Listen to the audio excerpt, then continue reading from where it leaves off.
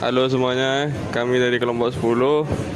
Di sini kita akan menjelaskan mengenai algoritma random forest. Perkenalkan, saya Abdul Malik Zikri dengan NIM 23136. Perkenalkan, saya Ali Ridwan Nur Hasan dengan NIM 23154. Perkenalkan, nama saya Nuril Anjarayani dengan NIM 23134. Perkenalkan, nama saya Erna Holda Lukiana dengan NIM 23013. Apa itu random forest?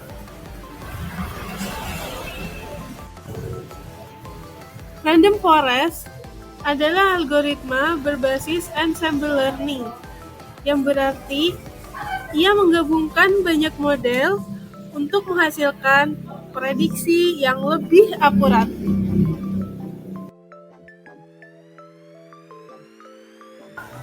Dalam kasus random forest, model yang digunakan adalah pohon keputusan atau decision tree.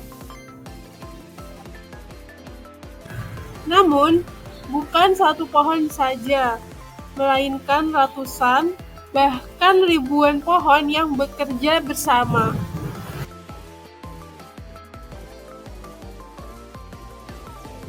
Setiap pohon dalam hutan ini membuat prediksinya sendiri. Lalu, hasil akhir ditentukan melalui voting mayoritas. Inilah kenapa disebut hutan acak, karena terdiri dari banyak pohon yang dibentuk dari data yang acak. Bagaimana cara kerja random forest?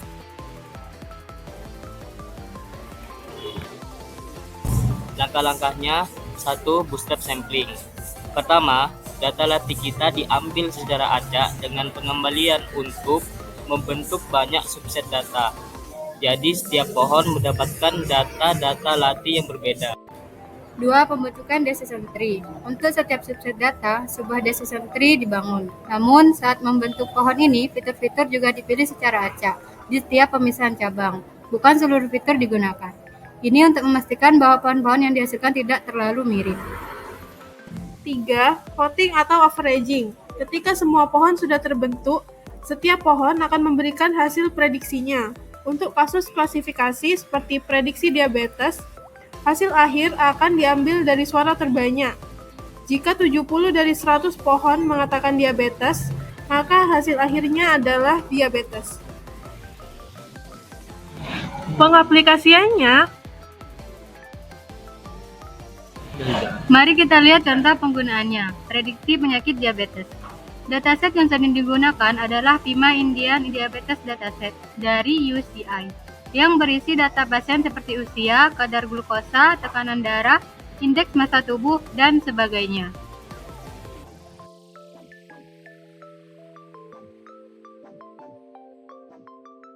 Random forest akan dilatih menggunakan data tersebut.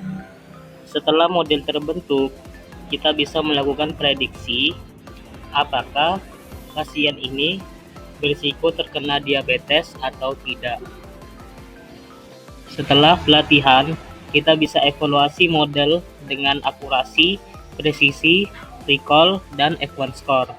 Random forest sering kali memberikan hasil yang baik bahkan dibandingkan dengan metode lain seperti Carney snake board atau naive Bayes.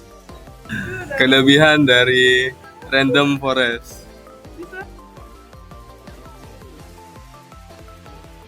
pertama, akurasi tinggi.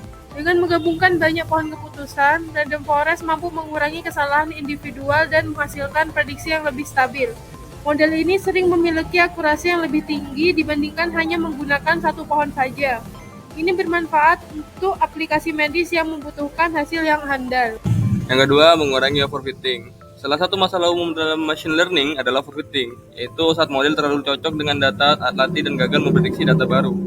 Random forest membantu mengurangi overfitting dengan cara mengambil rata-rata dari berbagai model yang berbeda. Kombinasi banyak model ini membuat prediksi lebih umum, bukan hanya cocok untuk satu pola saja. Yang ketiga, tahan terhadap data noise. Dalam dunia nyata, data sering tidak bersih, ada kesalahan pengukuran, data hilang, atau outlier. Random forest cukup tahan terhadap gangguan seperti ini, karena model dibangun dari banyak pohon. Satu atau dua data aneh tidak akan terlalu memengaruhi hasil akhir. Keempat, dapat mengatur pentingnya fitur. Salah satu fitur menarik dari random forest adalah kemampuan mengevaluasi kontribusi tiap fitur. Misalnya dalam prediksi diabetes, kita bisa tahu apakah kadar glukosa lebih penting dibanding usia atau tekanan darah. Informasi ini bisa sangat membantu dokter atau peneliti untuk memahami faktor-faktor yang paling berpengaruh dalam diagnosis. Kekurangan random forest. Pertama, waktu pelatihan lebih lama. Karena random forest membangun banyak pohon keputusan, bisa puluhan hingga ratusan, proses pelatihannya membutuhkan komputasi yang lebih tinggi dibanding metode sederhana. Ini bisa menjadi kendala, terutama jika dataset sangat besar atau perangkat keras terbatas. Yang kedua, model kurang interpretatif. Salah satu keunggulan decision tree tunggal adalah mudah dibaca dan dijelaskan, karena setiap cabangnya bisa ditelusuri secara logis. Namun dalam random forest, karena terdiri dari banyak pohon yang masing-masing memberikan kontribusi kecil terhadap hasil akhir, model ini menjadi seperti black box, sulit untuk dijelaskan secara langsung ke orang awam atau profesional medis. Hal ini bisa menjadi tantangan saat dokter ingin tahu alasan spesifik di balik suatu prediksi. Ketiga, ukuran model besar. Karena setiap pohon dalam random forest disimpan sebagai bagian dari model akhir, maka ukuran file model bisa menjadi sangat besar. Ini bisa menyulitkan ketika ingin mendeploy model ke perangkat dengan kapasitas penyimpanan terbatas, seperti aplikasi seluler atau sistem berbasis IoT.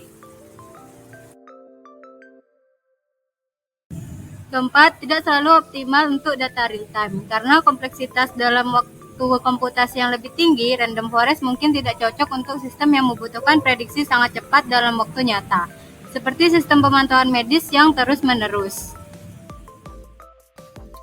Kesimpulan dan penutup. Kesimpulannya, random forest adalah salah satu metode yang sangat kuat dan fleksibel dalam dunia machine learning, dengan konsep menggabungkan banyak pohon keputusan menjadi satu hutan, yaitu bernama random forest. Random forest juga bisa dijadikan dasar awal sebelum beralih ke model lain yang lebih kompleks, atau jika interpretasi tidak menjadi fokus utama. Dengan memahami bagaimana cara kerja dan kapan menggunakan random forest, kita bisa membuat keputusan yang lebih cerdas dalam membangun sistem prediksi berbasis data. Terima kasih banyak telah menyaksikan video ini sampai akhir.